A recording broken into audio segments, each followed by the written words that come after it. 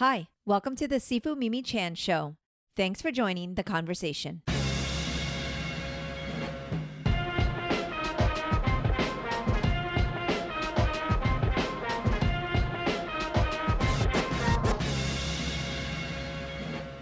Hello, Oscar. Hello, Mimi. We are awaiting a hurricane right now. We just got our COVID and flu shot, and it is Banned Books Week. Yay. And we just got back from Africa. So many things. Right, where do you want to start? Let's actually start with banned books, I guess. Well, no. Let's actually start with Africa because that's kind of cheery, and then we can kind of go into books and things. But I was editing the safari footage for the podcast that dropped on our safari at Arathusa, which was in Sabi Sands, South Africa. But we, of course, also went to Botswana for safari. So we did go a little further up north too. But in particular, I podcasted with Jeff, who was our field guide. And we had a really fun conversation about just what it kind of means for guests to come on safari. And I was just thinking, we got a lot of questions about Africa and what is Africa like? And our dear cousin was like, oh, I thought you were hanging out, in the tribal villages in the middle of Africa. And some people just thought we were in Cape Town, which was very metropolitan and it's the city. And I think there's so much misconception about Africa and just kind of saying like, oh, well, every state in the US is the same, or every country in Europe is the same, it is a huge continent. Right. And super overwhelming. But I thought we would start with kind of just a quick recap on our travels. And I am, of course, donning, for those of you on the YouTubes watching, I'm donning part of my my shopping excursion, which is this really cool African top. And we just wrapped the Malaysian Book Fair where I wore another piece that I had purchased. And we had this whole conversation on cultural appropriation. What does that mean? And is this cultural appropriation? Because this is definitively not just like, oh, a skirt with an African pattern. This feels like a pretty African top and actually comes with the huge skirt to match. But, being that I'm in the gym and sitting on the floor, I thought maybe I'd go without that. But I like it. It's colorful. I'm as you in the monochromatic black gray here in our backdrop of black with our black flooring. This is kind of what we normally wear. So this is quite the departure, but I think it's a cool place to start just because it does put me out of my comfort zone, and traveling, it doesn't put me out of my comfort zone, but it is exciting for me to be in a place where I am there to just completely learn and I know nothing.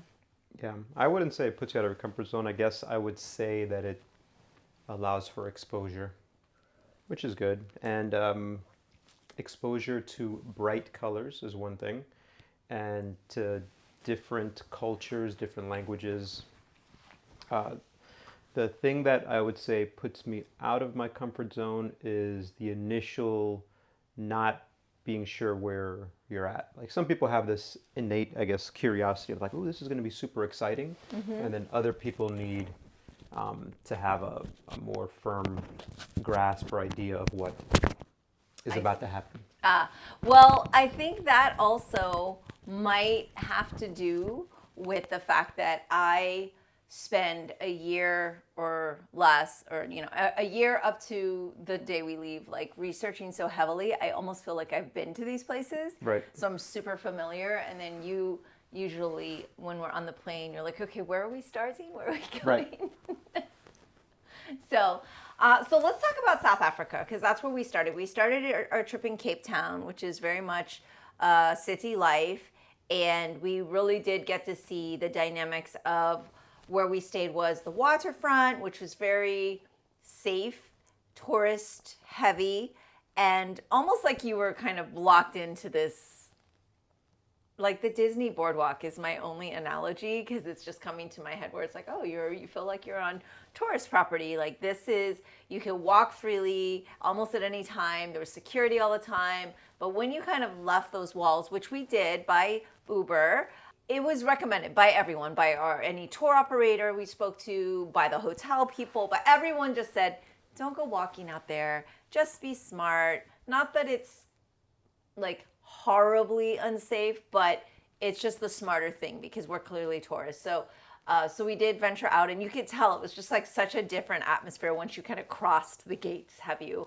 And we've been to several third world countries. We've been to several countries that are unsafe. We've been to very luxurious places in different countries. And so it was interesting for me to see that like dynamic where we pulled in after this very, very long flight of travel to get there. And the first thing is like there's bands playing, there's music. It felt almost like the Caribbean, even like when you get off a ship in the Caribbean, there's like that, locals greeting you. But I actually even felt more so because they were playing Kingston Town. Shout out, big up. And that was kind of special. But it had kind of a, are we really in Africa feel? A little bit, right? Like, how did you feel? I think it's more just that you're arriving in a place where a lot of tourists come, and inevitably when you go to a place like that, there's going to be attractions that welcome you, right? So that you want, just like anything else, it's like, oh, visitors are coming, let's make them feel welcome. More than the music and whatnot, what differentiated from other places is, in South Africa specifically, is their immigration. When you're waiting in line, they were not serious at all. They were all just joking amongst themselves in their own native language and paid you no mind. So then you showed up to the front. They're still talking amongst themselves.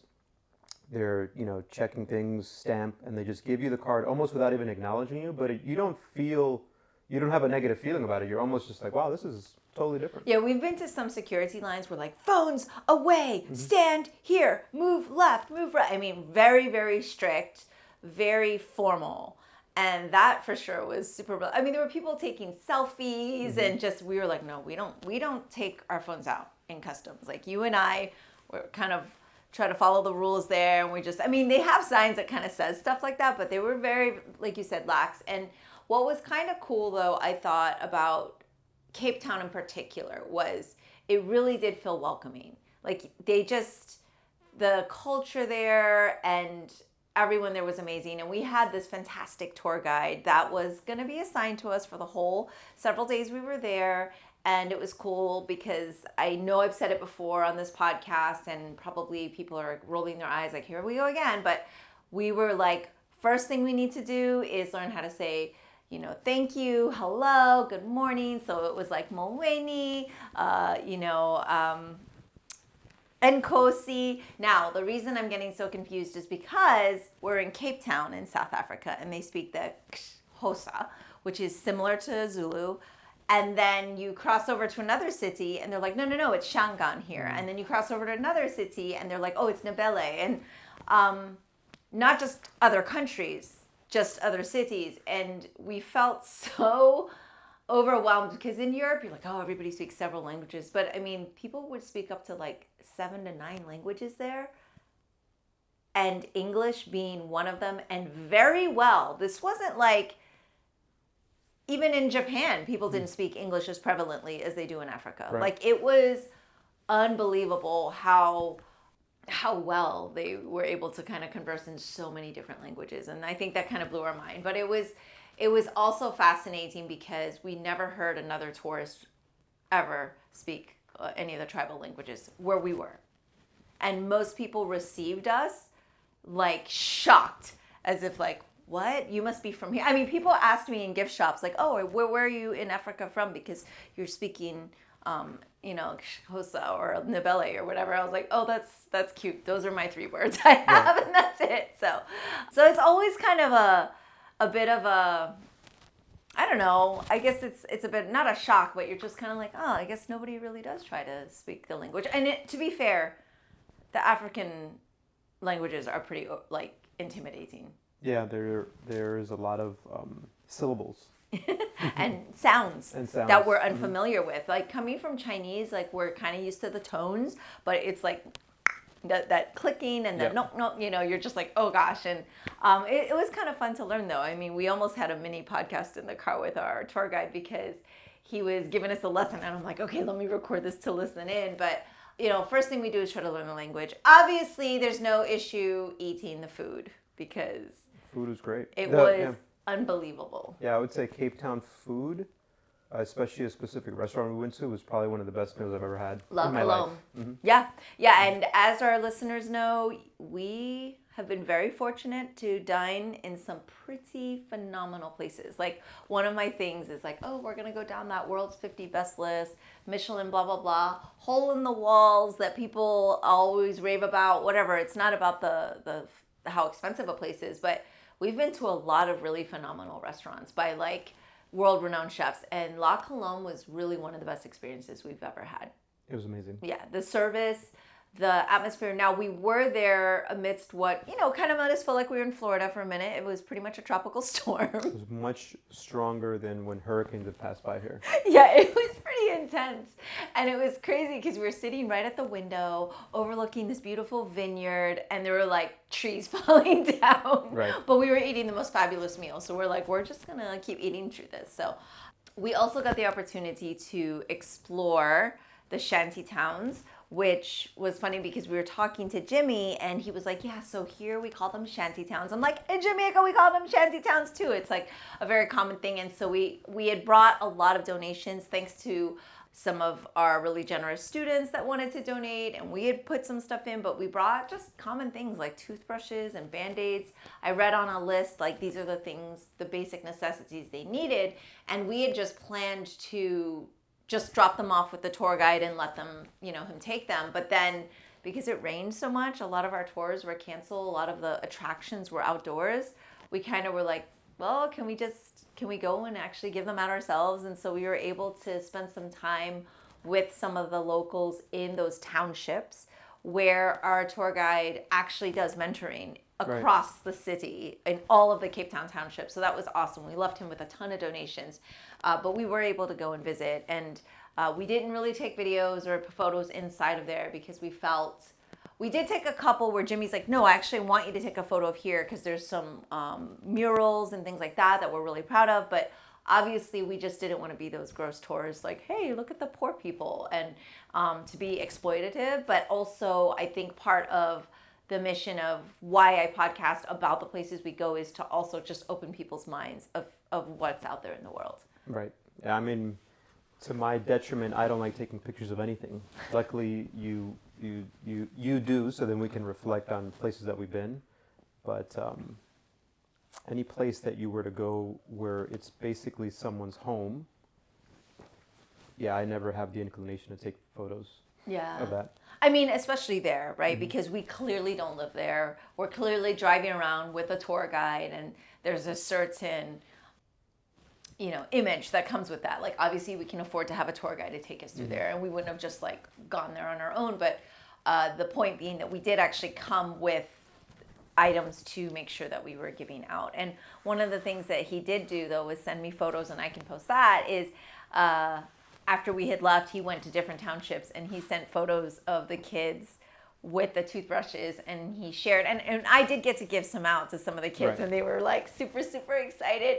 And he said that that's like not a priority item list on the list of priorities for most families to provide that for kids, because it's like a luxury item and they can figure out other ways to clean their teeth. But they would take those home and show their aunties and their mom and their parents, and just how proud they are. They have their own toothbrush. So he said it was actually a really great gift. Because they actually don't like just handouts. They don't just want money. That, like, the fact that this is more of a gift versus some sort of charitable donation makes them feel like kind of happy. So we were really happy about that. You know me, I love this. Like. Yes, you were very happy to visit local areas. It's the joy. Mm-hmm.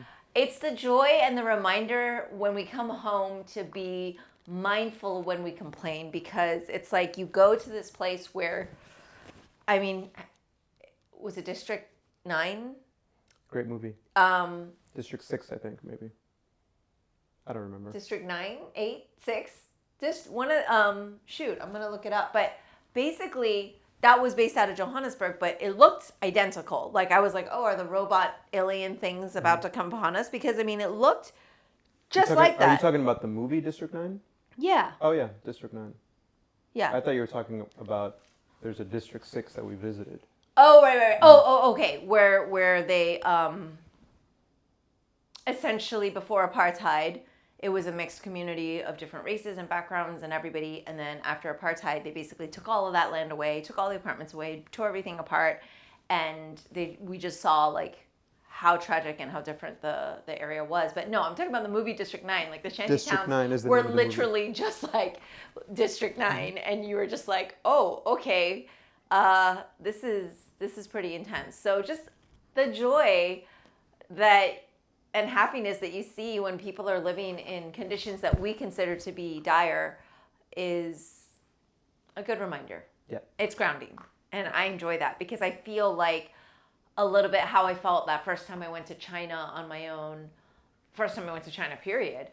And that was where I ended up staying on my own in a village outside of Beijing in Fengtai. And it was a very tiny place. Now, granted, I stayed with my teacher, so there was running water and electricity most of the time when it was working. But like, you just saw the kids there that were really happy with really simple things like a ball or, and it's not like that now, but it just is a good reminder. And I always enjoy that kind of grounding because I feel like as a spoiled American, it's like good for the soul kind of thing. I don't know. It's good for the soul. Like we went on safari in Botswana. And you're like, oh, what was your favorite animal? Or what was your favorite moment? Because we saw like, there were 50,000 elephants. We didn't see all of them. But one of the moments we had was our tour guide had given us like a whole cooler of drinks. And half of them were sodas and juices. And we just drink water. And then we were at the picnic spot. And there was not a bus, but like a truck full of kids. Yeah. And I asked my tour guide, I'm like, can we give them these drinks and these chocolates that we're not going to eat? And he's like, let me do it. He said, because he didn't want us to get like mauled. But basically he brought them over and then we kept handing him stuff to give to them. And they were like, thank you, ma'am. And they were just so polite and so happy. And I was like, that was like my favorite part of that safari. Right. Not the elephants or the, right. Well, we did see Simba. That's right. Anyway, you can look at the safari video. I did put baby Simba in there. Okay, so speaking about Africa, we're looking at this art here. If you're on YouTube with us, that's on the ground, and they're like basically little posters.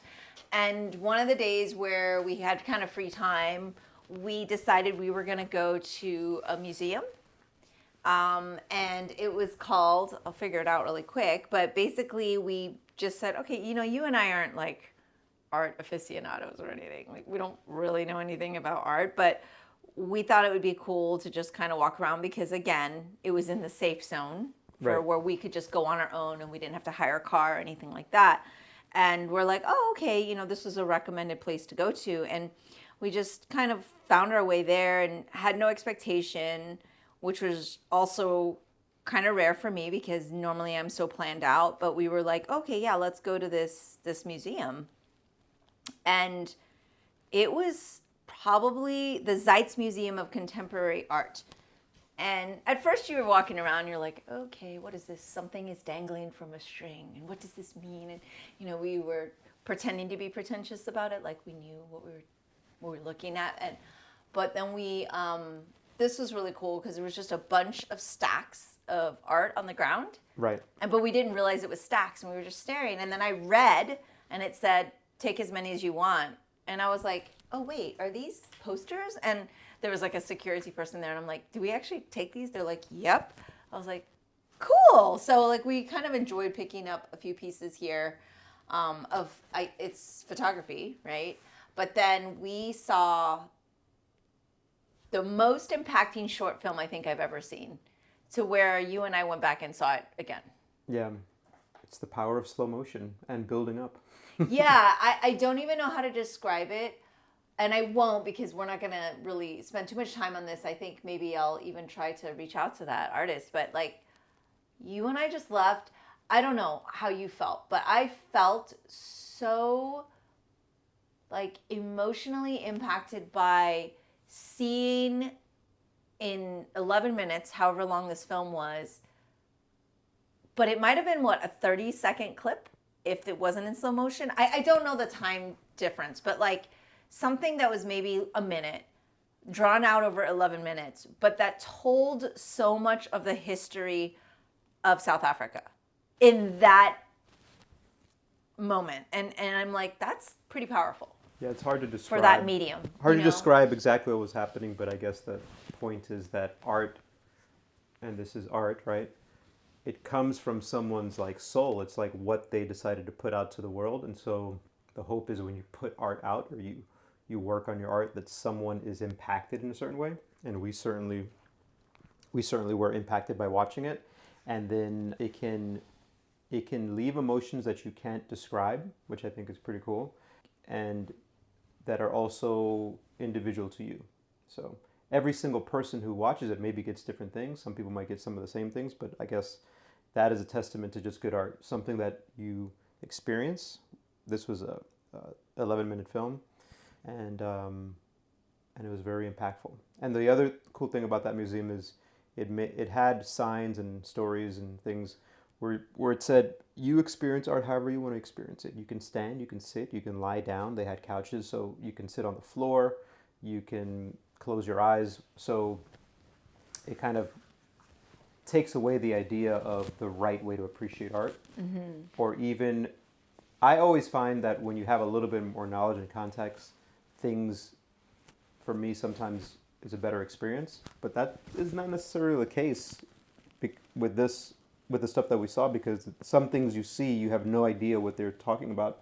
You can still experience an emotion. So yeah, I think it was like a turning point for you and I with art museums, or maybe it was just this one art museum. Maybe the next one we go to will be like, meh, I don't know, it was nice, but like obviously we've been to Italy, and you go to, you know, all these phenomenal art galleries and places with sculptures, and you're just like, okay, of course you can see the genius in the work of the Da Vinci's and the what's one you like, Michelangelo, Caravaggio, mm-hmm. and you know, like all these, and you get it, but it's like it's not that I would ever have that in my home though, right? So it's like, yes, I appreciate it, but I don't love it in a sense of like, oh, this art is you could have it in your home in a way that I read a short story where it could be, you would never watch it, but you would have it behind you, so that anyone who comes in is in your presence, is exposed to the artwork behind you, okay. Showing the power that you have by having this powerful piece of artwork. Okay. But you never have to look at it. Just people will be in awe. So that's one option. Just putting out there for you. Yeah, I don't know that there's anywhere in my house like that. Maybe in your office then. I think I have a lion picture in my office right now. Mm-hmm. So, okay, anyways. So my takeaways from Africa, as in most places that we get to go to, are people and culture are amazing. They speak so many languages. It, again, makes me feel a little bit inferior as an American who barely speaks 2 languages. And it was eye-opening to see how happy people can be in dire straits. Obviously, the animals, safari, all of that was incredible. And you can listen to that podcast if you want to understand like what the point of that is and how it does help with conservation and everything. But like, I think we can talk about like our crazy adventure a little bit, which I think what we can say is there's always things that are unexpected. And if you aren't open to possibilities and ideas, then you will miss out on different experiences that could be presented, like opportunities. So like, we had a really bad experience in Zimbabwe in terms of like immigration was the direct opposite of South Africa, actually. It was pretty disappointing. It just felt unwelcoming. Yeah. It felt unwelcoming to the point where you're just like, let me just erase this part, otherwise it'll taint my whole concept of something, right? Like, yeah. You always say first impressions are the most important. Well, that was the first impression. It was rough. And it was really rough. But and it was then really everyone rough to get over. Yeah, and it was rough to get over. But of course, one bad experience isn't gonna like paint the whole picture. If it weren't a million miles away and really hard to get to. Like we would go back to Cape Town in Oh, Island sure, Link, and sure, even Arathusa Lodge. Like we would go sure. back there. I don't know If that we I'd go could back to afford it. Zimbabwe. Yeah, if we could afford it, but I don't know that we would go back to Zimbabwe. Like we've Um, seen what we needed to see there. We did the Victoria Falls thing. We were like dangling at the edge of a waterfall like crazy people. Had some death-defying adventures, but like I think I would rather explore a different country in Africa versus go back to Zimbabwe. I agree. You know, and nothing against Zimbabweans because again we did meet some really lovely people, but it wasn't that welcoming and it felt very touristy where we were because it was the Victoria Falls area and clearly they get a lot of tourists and stuff, and it just, yeah, the fact that everything was in US dollars also, you just, I don't know, it wasn't what I had expected. Yeah, I mean, we had an amazing time. The two things I would say make me hesitant to go back would be, would this be the same welcome we get through immigration? And then the fact that we had just come from Cape Town and were able, I guess, value-wise, to be able to get a lot out of it.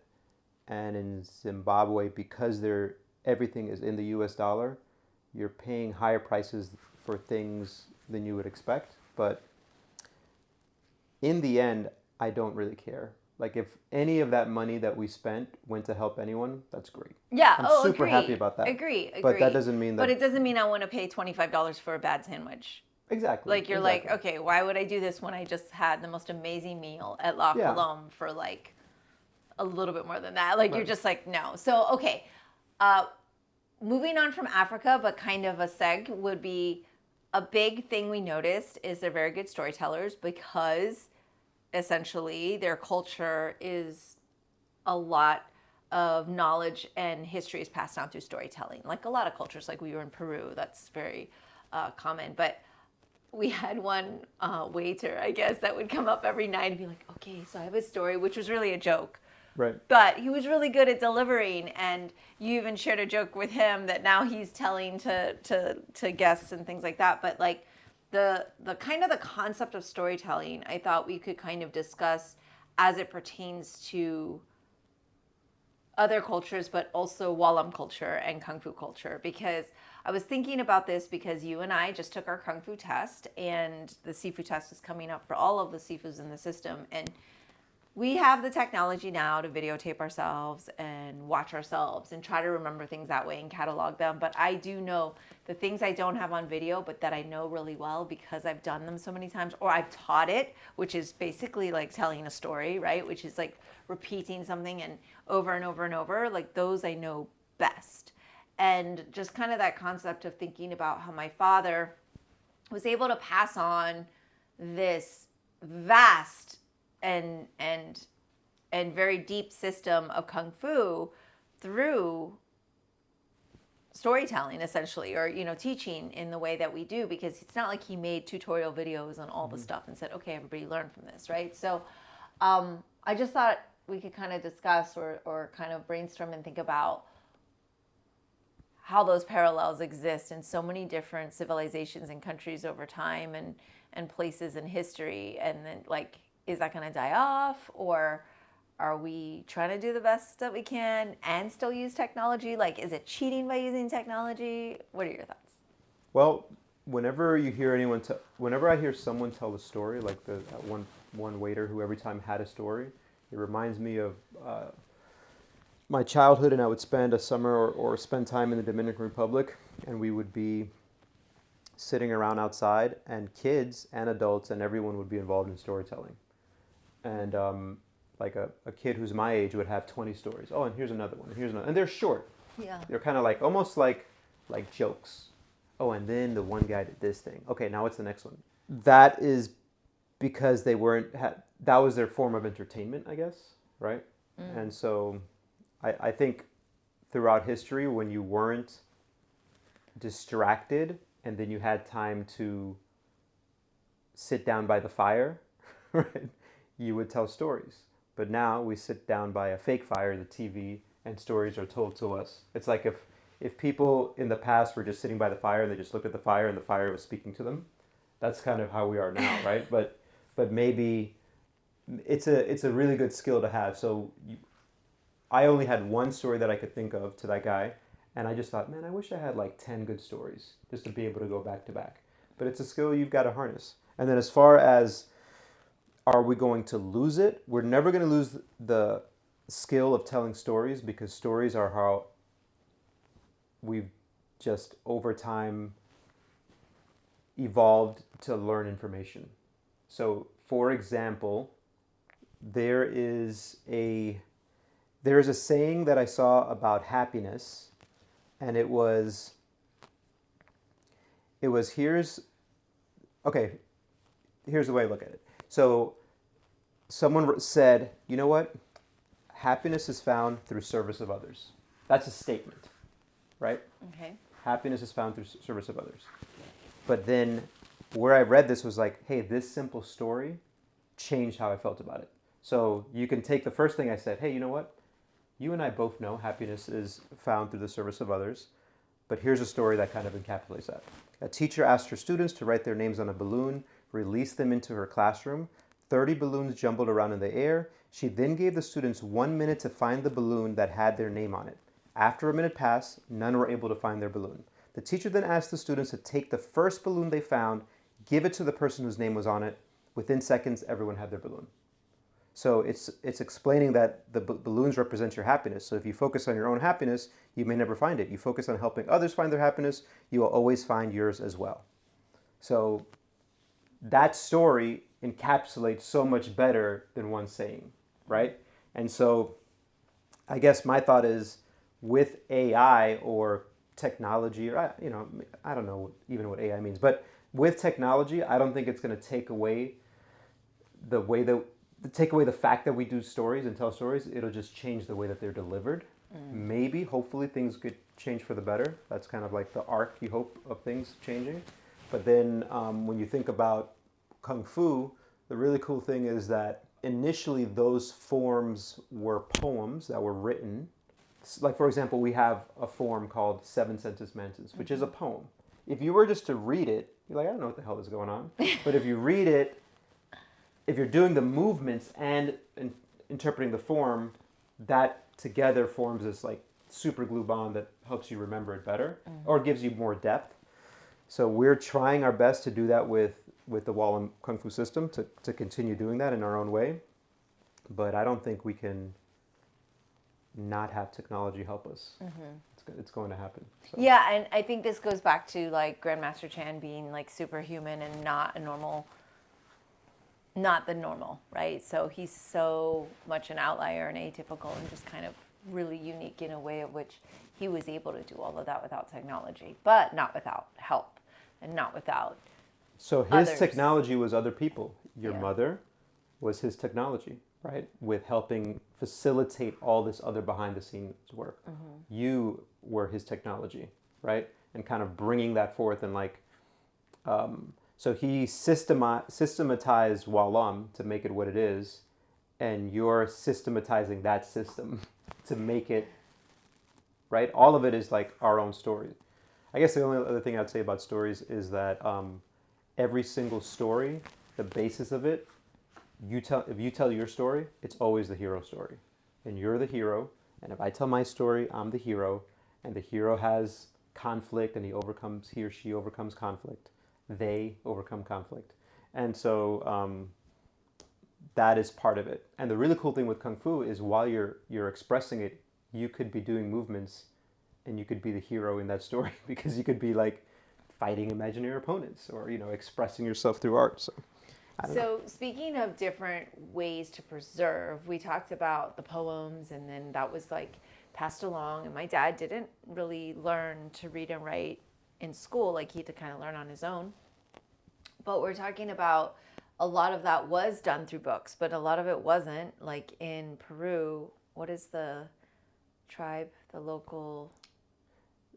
This is horrible, but it's like Quechuan. I don't remember the name. Yeah, Quechuan. I think that's a language, right? Or something. But like, so they only communicate. There was nothing written. And that's why they're essentially amazing storytellers. But like But the same in Africa. What happened is they didn't have a written language, but then when they translated when they were able to translate the language, they started phonetically writing it out. And so now in a lot of these African countries, there's their main local dialect written in their local dialect, but with its English English letters. Right, so it's like phonetics. Phonetics. Yeah. Correct. Okay. So yeah, and then like with Wallam, we have all of these things, and I'm trying to do the writing, right? I'm trying to do the books and stuff like that, and this kind of ties into our thing that we come in full circle here. Like, obviously, video is a great medium for something visual, like kung fu and everything. But I think there's something where you and I have talked about it, and I've talked about it with other authors, and there's just something about how you learn and when you write it, how that processes in your brain and how that kind of sinks in a little bit more and that understanding. And then we're talking about these like lost books of Wallam, which don't really exist, right? Mm-hmm. There's a few books that I do have that some of my Kung Fu uncle gave me, but like the medium of video versus the medium of books versus like our accessibility to these things. I mean, of course, Wallam is a little different, right? Because it's a family system which you have to earn. You have to earn your way, which is why Sifus even have to take their test. We're earning our ability and our sanction by the temple to teach and to continue that tradition so that it's done correctly. And so there's a standard. And when we're talking about books, though, right, like I love reading dystopian futures, but I sort of feel like I'm in a dystopian future lately because everywhere I turn, there are laws that's being enacted or things that are happening that seem like they are intended to take away the ability for people to learn. So this kind of brings us to like, this is Banned Books Week, and it's this. What does Banned Book Week mean? It means we're encouraging people to read all the books that are banned. Okay. Across the nation. Keep going with your thoughts.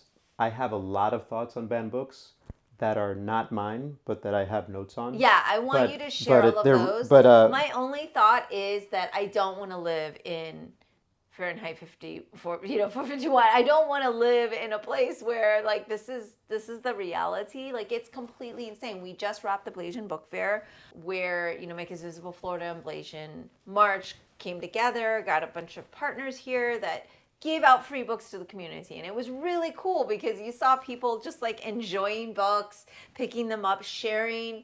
Specifically, they were books by Black, Asian, or Blasian authors because those were the voices that we were celebrating that day. Not that we don't want to celebrate all voices, but in particular because there's so many banned books in Florida. Like it was something I think that was really meaningful. Gave out over 350 to the community. And like, I just keep thinking, oh, wow, I used to love reading dystopian things until like, this is all your fault, Greg Rucka, but like Lazarus, like, everything's coming true. Like we had this crazy diabolical president. We have all this stuff, like all these laws. Roe v. Wade, like when does that end? But yeah, for banned books in particular is Banned Book Week. And this is obviously not going to air anytime during Banned Book Week because I'm not going to get it out that quickly. But just the significance of the fact that we even have to have a week that's called Banned Book Week is kind of weird. So first is you said something about the difference between video and reading books. Mm-hmm. So when I was young, I would read a lot of books, and my brothers were always doing other physical activity. I always thought I'm very passive here and non-active by reading a book, whereas they're physically doing something. And I think in that, if you compare those two, that's true, right? The best thing to do to learn something is to actively, physically do it, right? Mm-hmm. But if you were to compare video to reading is way more active than video, because video and audio as well, which we're both huge fans of audio. I mean, this is a podcast, right? Because you could be doing other things while watching TV, while listening to a podcast. So it's a passive experience. So if, let's say you were watching someone do Kung Fu on video, I'm not saying that that's not bad. I do that all the time. But if I were reading about it, and physically, I'd have to give all of my attention to that reading. I couldn't read and also be doing something else. So that, to me, that's a lot more of an active learning experience.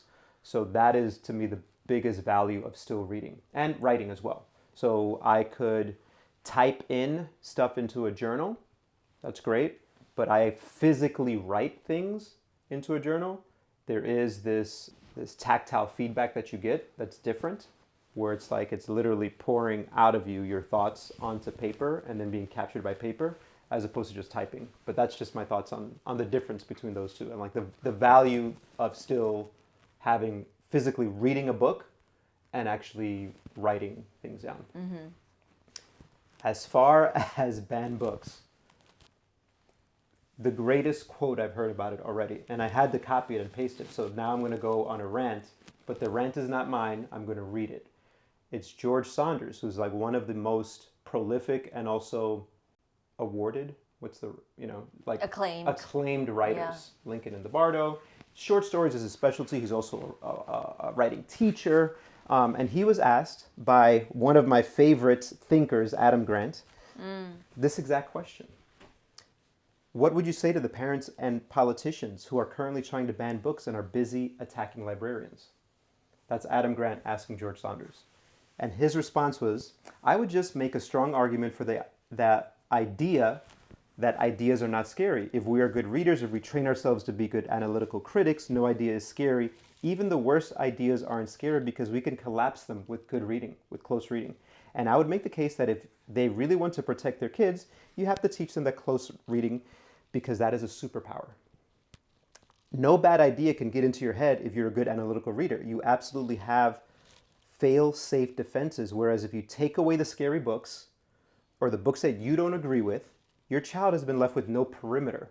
So any idea can come in there and knock them in their head and go, oh, that sounds good.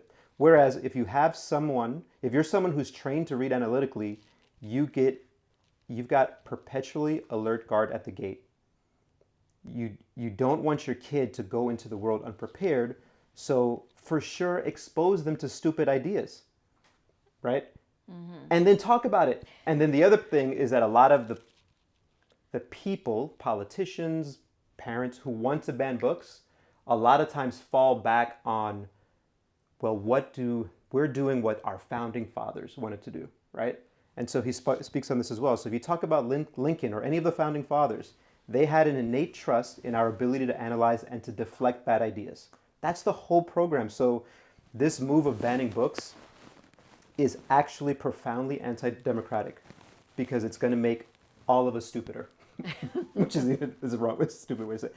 And it's also going to make us all afraid. So the other thing that is super important to point out, which I know you're a big advocate, is 70 to 80% of the books that are being banned or made difficult to get involve what? People of color, LGBTQ people. So is that random? Probably not. And finally, he says, how many of those books have you actually read? Right? So the answer is probably going to be none. So then you can conclude that banning them on the basis of content, you're making a very important artistic mistake because form and content can't be separated. And Adam Grant succinctly captures it all by saying the most compelling point, which is engaging with uncomfortable ideas is how we develop critical thinking skills. So when I heard this, I copied it. I was like, I can't say it any better. So I'm not going to try to take credit for it, but I'm going to jump on that and say that our job that we talk about all the time in Kung Fu is not to make you a better Kung Fu person. It's to make you a better person, period. And one of the skills that you need as a better person is to be a critical thinker. And for any parent or politician who's trying to protect their kids, what you're doing is you're crippling them and you're making them weaker. And we see this every single day. Yes. With weak children because they're not exposed to critical ideas. And it's the parents' fault for being so weak that they are not willing to have a conversation with their kids about stuff that's really important. You talk a lot about sex education and how important that is. And we talk about like anything that's banned. So and we do feel like we have kids with the Kung Fu school, I would be like, read anything that you want. There's only one condition. We have to talk about it. And you have to talk to me about what you feel about it. And then we have a conversation and we make ourselves better critical thinkers. That's the long answer for ban books. I mean, well, there's a lot there, and I don't know that we have the time to go so deep into it. But the thing about this is, yes, it is also very frustrating to me that one parent can choose for the rest of the children. Like, they would never want their kids to be exposed to something that another parent says, like, okay, you know what, in my house you can stay up till midnight and eat candy. I'm like, well, maybe some parents are cool with that, maybe some parents are not, but like, who are you to say like what other kids should be allowed to do or be privy to? Like, how can we take away the right and the opportunity for learning from other people? You don't want your kid to read something, well, your kid will be, what you call it, stupider. Stupider, weaker. More stupid. More stupid, they would be weaker. Yeah, so you can allow, if that's your choice for your child, I feel sorry for your child. But the thing is, my issue, and this is my issue with taking away the Roe v. Wade, which is you can't make those choices for me or for my kids. Well, this is a big point that I think Neil deGrasse Tyson made, which is like, hey, you want to believe in the literal words of the Bible, or I don't think there's well, anyway, I'm not going to get into the Bible because I don't really know it that well, but that's fine. The problem is when that then creeps into making decisions that affect everyone and that don't follow a specific process, right? So the best process that we have, is it perfect? No, but the best process that we have for making decisions is using like a scientific method, which is you try something out, you study it, you get peer reviewed, you combat it, and it's always just, this is the current theory until a better one comes up that is because it's disproven. When you have something that it's like based on a text that was written over 2,000 years plus ago, and you say, now this is the reason we're going to make all of our laws, that's just stupidity. And then on top of it by saying, and you cannot question it. So you're eliminating this super important concept of, let's discuss it and have critical thinking about it. Right? Yeah, the fact that critical thinking has become so rare in our youth generation, and you and I can actually say this has been scientifically proven in a sense, we've seen it over the last several generations as we teach children the lack of critical thinking because they are asked to just do multiple choice standardized tests. They are not asked to think. And when we ask a kid, hey, how was your day? And they look stressed out and don't know how to, or what did you have for breakfast? And they have like a panic attack over a question that should be very simple to answer because they think it's going to be the wrong answer. Or a harder question for them. What did you think about your breakfast? Oh gosh, no, we can't even get to, this is my point. Yeah. We can't even get to that question where they're able to think for themselves without feeling like they're going to be judged or graded on something. And so, we're all about standards. We're all about, yes, you do something, you perform to your best, you try to do your best, you improve, but like the fact that this generation is being crippled in such a way is outrageous.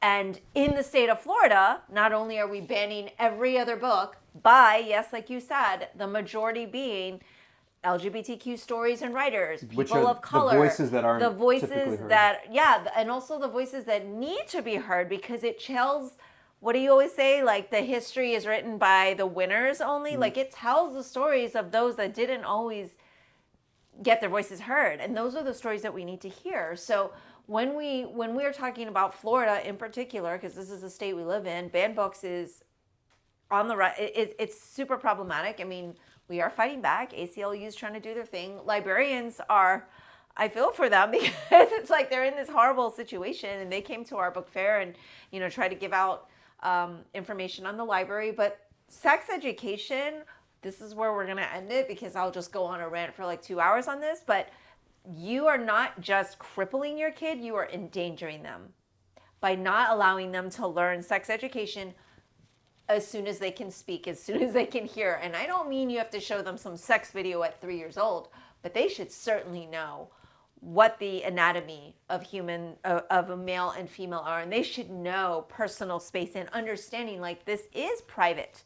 Right? No one should be touching your penis or your vagina, and like, unfortunately, like that is taboo. Like we don't talk about that, no, we don't mention that. And the fact that our stupid governor And that's a nice word for him, because I'm not going to get into to go down that rabbit hole of name calling, but like is saying like, no, we're not allowed to speak about it and anatomy and sex education. I don't even know what age they're talking about, but I'm presuming it's high school and middle school or something, because I know that we didn't get it in elementary here, right? So I'm not even presuming they're even talking about younger children here, but it is not just crippling, it's freaking dangerous. And that is how we get children who are sexually molested, harassed, abused, and violated, because they don't know that this is not okay. And they will then have to deal with that as an adult or as a teen or worse, right? And we see it and we have to break the cycle. Yeah, I agree. I'm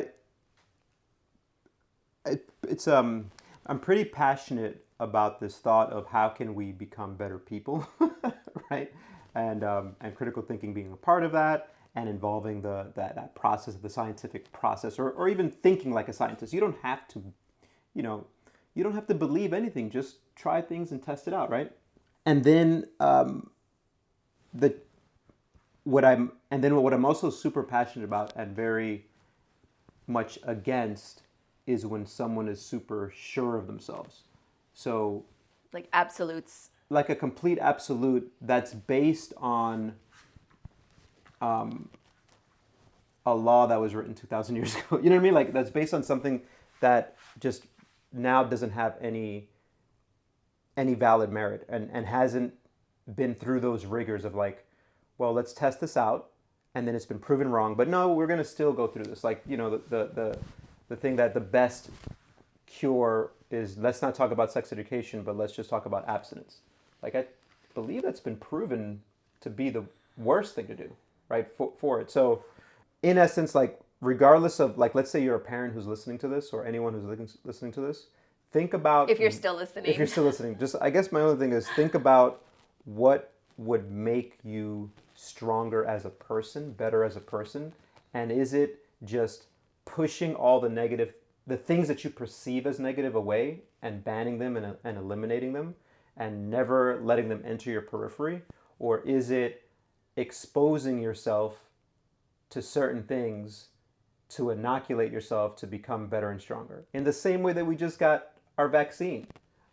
Like, a vaccine is actually just like exercise. We're introducing something, a little taste of something into our body, and then our body has a chance to adapt to it and become stronger. And then when the actual virus comes in, then we can defeat it. Exercise is the same thing.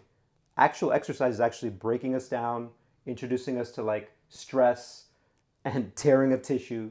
And then when we have that chance to pull away and rest, is the same way as like you pull away and think about and talk about it. Like, I don't know if that makes sense to you, but that's all I got to say, I guess. Well, I think that's a whole nother podcast too, that I think a lot of people will be really interested in hearing.